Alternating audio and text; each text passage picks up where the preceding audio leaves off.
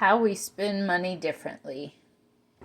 Each day I bring a thermos with water, filtered water from the tap, a cup. Today is a Yeti cup with a little flip lid. I can put iced or hot drinks in there.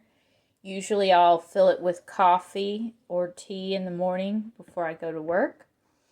And then a trail mix, which keeps us from going to the vending machine.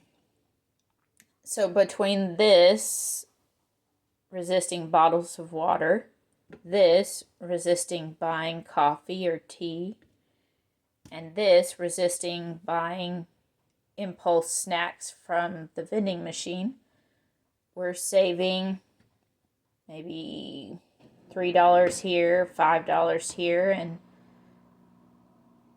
$3 here. So around $11 a day, just from a small choice to bring our own water, bring our own tea or coffee, and bring our own snack.